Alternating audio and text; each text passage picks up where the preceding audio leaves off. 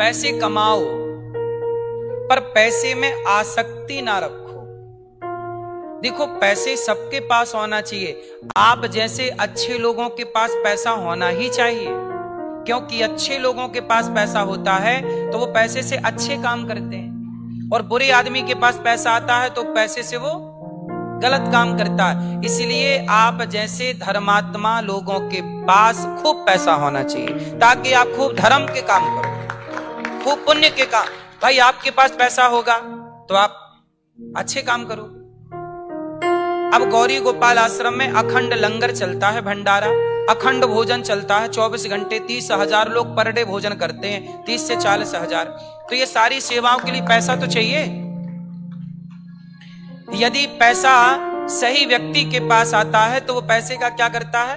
सदुपयोग करता है। और पैसा गलत व्यक्ति के पास आए तो पैसे का मिसयूज करता है। इसलिए भगवान करें आप अच्छे लोगों के पास खूब पैसा होना चाहिए, परंतु पैसा हो पर पैसे में तनिक भी आसक्ति ना हो। होना और आसक्ति होना, ये दोनों बातें अलग अलग है। कमल का फूल कहां रहता है? पानी में रहता है, कीचड़ में रहता है। पर क्या वो पानी की बूंद में डूबा रहता है? पानी में, वो पानी में है, कीचड़ में है, पर है अलग। पानी में होता हुआ भी पानी से अलग है। बोलो हाँ।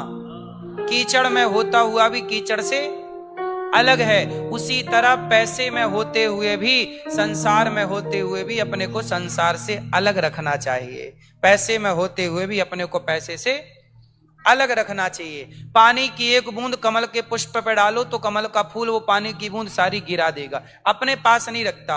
उसी प्रकार रहो संसार में, पत्नी के साथ, पति के साथ, परिवार के साथ, पैसे के साथ, बिजनेस के साथ, व्यापार के साथ, पर रहते हुए भी सबको अपने से दूर रखो।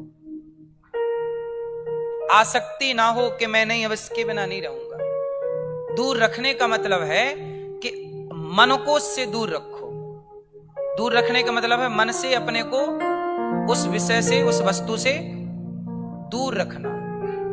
क्योंकि आप लोग क्या करते हैं, सबको यहां लाके बिठा लेते हैं। पैसे को आप लोग घरों में नहीं रखते, पैसे को आप लोग यहां रख लेते हैं, भीतर।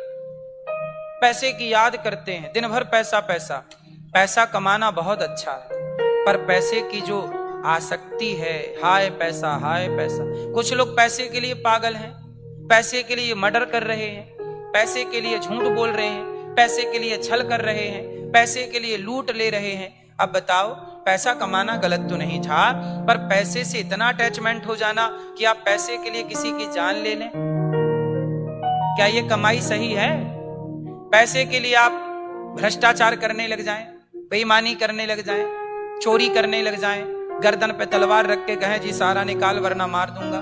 पैसा कमाना गलत तो नहीं था, पर पैसे से इस तरह अटैचमेंट कि आप पैसे के लिए जान लेने पर तुल गए, ये तो गलत था।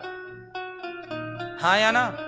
इसलिए पैसा कमाओ, पर पैसे को अपने चरणों में रखो, पांव में रखो, भगवान को हृदय में रखो, भगवान को अपने मस्तिष्क में रखो। पैसे को अपने यहां दिल में और दिमाग में न रखना। पैसा ठीक है दूर। पैसे कितने कमाएं? सबसे बड़ा धन क्या है? चलो आप बताओ, सबसे बड़ा धन क्या? सबसे बड़ा धन क्या? गौ धन, गज धन, बाज धन और रतन धन खान। जब आवे संतोष धन, सब धन धूरी समान। सबसे बड़ा धन है संतोष।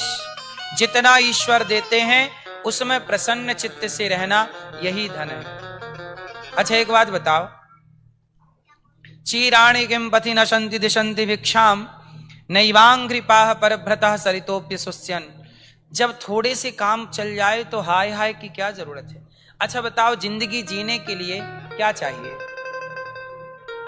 रोटी, कपड़ा और। आप लोग कमा रहे हो, किसके लिए कमा रहे हो? किसके लिए? पेट के लिए? सच बताएं, आपके 2-3 पीढ़ी का भी हिसाब हो चुका है। 2-3 पीढ़ी का बंदोबस्त आपने कर लिया। पेट तो एक बहाना है। बोलो हाँ।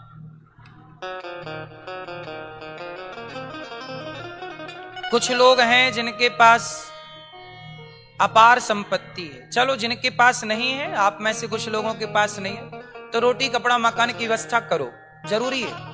सबके पास होना चाहिए रोटी कपड़ा मकान। पर देखो ज्यादा हो जाए तो क्या करो? ठहर जाओ। क्या करो? ठहर जाओ। और अब आप लोग पैसा किसके लिए कमाते हैं? बच्चों के लिए। बच्चों के लिए। भाई बच्चों को पैसे की जरूरत नहीं है, बच्चों को टैलेंट की जरूरत है, काबिलियत की जरूरत है। बच्चों को काबिल बना दो, योग्य बना दो, और बस जिस दिन आप बच्चों को संस्कार देके योग्य बना देंगे, आप उन्हें 1 रुपए मत दीजिए, वो अपना कमा के खा लेंगे। और यदि आपने योग्यता नहीं दी, काबिलियत नहीं दी, संस्कार नहीं दिया, और बस पैसे पैसे देते गए, तो सारे पैसे बर्बाद कर देंगे कि नहीं? हमारे यहां एक कहावत है, आप इस कहावत का मतलब बताना। पूत सपूत तो क्यों धन संचय, और पूत कपूत तो क्यों धन संचय। अर्थ बताओ। पूत सपूत तो क्यों धन संचय, और पूत कपूत तो क्यों धन संचय। इस कहावत का अर्थ है कि बेटा लायक हो तो भी कमाने की जरूरत नहीं, लायक है तो कमा लेगा, और नालायक है तो भी कमाने की जरूरत नहीं, क्योंकि नालायक है जितना कमाओगे सब बर्बाद कर देगा। तो कुल मिला के सबसे बड़ी संपत्ति है कि आप अपने बच्चों को संस्कारवान बनाएं, और प्रेम से जो आपके पास संपत्ति है बेटों को योग्यता दे दें, और आप अपना मन अपना धन भगवान में और भगवान की सेवा में लगाएं। अपने आप को भगवान के हवाले, एक टाइम बाद समर्पण। अब आप कितने साल के हो गए? 50 साल के हो गए, कोई 60 साल का हो गया, कोई 70 साल का। ठीक है, पैसे कमाओ, पर देखो आप 70 साल के हो गए, अब आपकी जिंदगी कितनी बची है? थोड़ी बची ना? बोलो हाँ। आपके बाल पक गए, मतलब फसल तैयार है, पकी खड़ी है, कभी भी हार्वेस्टर चल सकता है। गई बहुत थोड़ी रही नारायण अवचेत, काल चिरैया चुग रही निस्दिन आयु खेत। बहुत चली गई, अब ऐसा है कि अब धीरे से मन को प्रभु में लगाओ। अब पैसे कौन से कमाओ? पायो जी मैंने राम रतन धन पायो, अब राम नाम की दौलत कमाओ, खूब पुण्य करो, पैसे कमाओ। 70 साल के हो तो भी पैसे कमाओ, पर वो अपना कमाया हुआ बच्चों के लिए नहीं, अपना कमाया हुआ दीन दुखी की सेवा में लगाओ, खूब पैसा कमाओ। अब आप 70 साल के हैं फिर भी कमा कमा के बच्चों को दे रहे हैं, क्यों? तुम्हारे बच्चे निकम्मे हैं क्या? काम नहीं करते? और निकम्मे हैं तो आज 70 साल के हो, 80 साल के हो तो भी कमा के दे रहे हो, तुम्हारे मरने के बाद वो क्या करेंगे? तुम्हारे भरोसे बैठे रहेंगे। इसलिए आप पैसे तो कमाओ, पर बच्चों को सेल्फ बना के, सेल्फ डिपेंड बना दो, आत्मनिर्भर बना दो, और अपना पैसा कमाओ, और जितना पैसा कमाओ उस पैसे से किसी को भोजन कराओ, किसी को सहारा दो, किसी बच्चे को पढ़ाओ। आप कि भाई एक बच्चे को मैं पढ़ाऊंगा, एक गरीब बच्चा है, इस बच्चे को पढ़ा लिखा के मैं तैयार करूंगा। क्यों? ये जिम्मेदारी हम सबकी नहीं? गौरी गोपाल गुरुकुल में 150 बच्चे पढ़ते हैं। ये दास अनिरुद्ध आप लोगों से भिक्षा मांग मांग के, जो आप लोग थोड़ा थोड़ा सहयोग करते हैं ना, उसके बल पर गौरी गोपाल गुरुकुल में 150 बच्चे पढ़ते हैं। वो 150 बच्चे कौन है? गरीब परिवार के बच्चे, किसी की माँ नहीं है, किसी का बाप नहीं है, किसी के माँ बाप दोनों नहीं है, कोई बहुत गरीब है। अब इन बच्चों को हम पढ़ा रहे हैं, हमें अच्छा लगता है, हमें अच्छा लगता है सेवा करना, कि चलो हम किसी के काम आ जाएं। मरने के बाद तो हमारी बॉडी काम आ नहीं सकती। देखो ऐसा है कि जब जब जब बकरा मरता है ना, तो बकरे का चमड़ा काम आ जाता है ढोलक तबला बनने के। ऊंट मरता है तो ऊंट का चमड़ा काम आ जाता है जूता बेल्ट बैग बनने के। बोलो हाँ। शेर का चमड़ा भी काम आता है। अधिकांश जंगली जानवरों का चमड़ा कहीं ना कहीं काम पे आ जाता है। एक दिन मैंने बैठे बैठे सोचा कि भैया हम मरेंगे तो हमारे चमड़े का तो जूता भी नहीं बनेगा, तो हमारा चमड़ा तो मरने के बाद काम आना नहीं है, इसलिए जीते जी इस चमड़े से काम लिया जाए, सेवा की जाए, मानव जाति की इसी जीते जी काम किया जाए। ये हमारी उंगलियां मरने के बाद काम नहीं आएंगी, इसलिए हम जीते जी माओ के पांव दबाते हैं इन हाथों से, क्योंकि ये सब जीते जी काम आएगा। मरने के बाद तो सिवाय जलने के कोई काम का रहा नहीं। आपका चमड़ा किसी काम का हो तो बताओ, है? फिर तो हम सबकी एक सी ही हालत है, ना मेरा चमड़ा किसी काम पे आना मरने के बाद, ना तो आपका आना। आ सकता है तो हम सबका चमड़ा जीते जी काम पे आ सकता, हमारी बुद्धि काम पे आ सकती। इसलिए अपनी बुद्धि को पैसे कमाते हुए सेवा में लगाओ, सेवा में लगाओ। क्यों, बात सही है कि गलत है? इसलिए पैसे कमाओ। बच्चों के लिए तो बहुत कर लिया, थोड़ा अपने लिए कर लो। जो आप किसी गौरी गोपाल आश्रम में जो बच्चे पढ़ते हैं, गौरी गोपाल आश्रम में गरीब कन्याओं का विवाह होता है।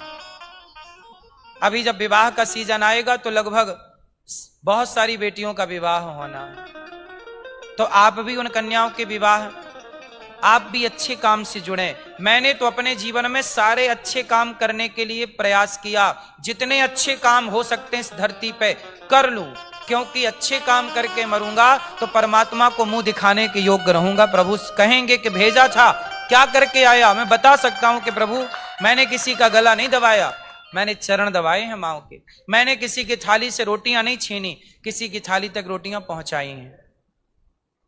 मैंने किसी के आंसू नहीं दिए आंखों में, मैंने आंसू बहते हुए आंसुओं को पहुंचा है। तो मैं तो अपना परिचय दूंगा। आप भी पैसे कमाइएगा समाज के लिए, अच्छे काम के लिए, बच्चों को योग्यता दीजिएगा।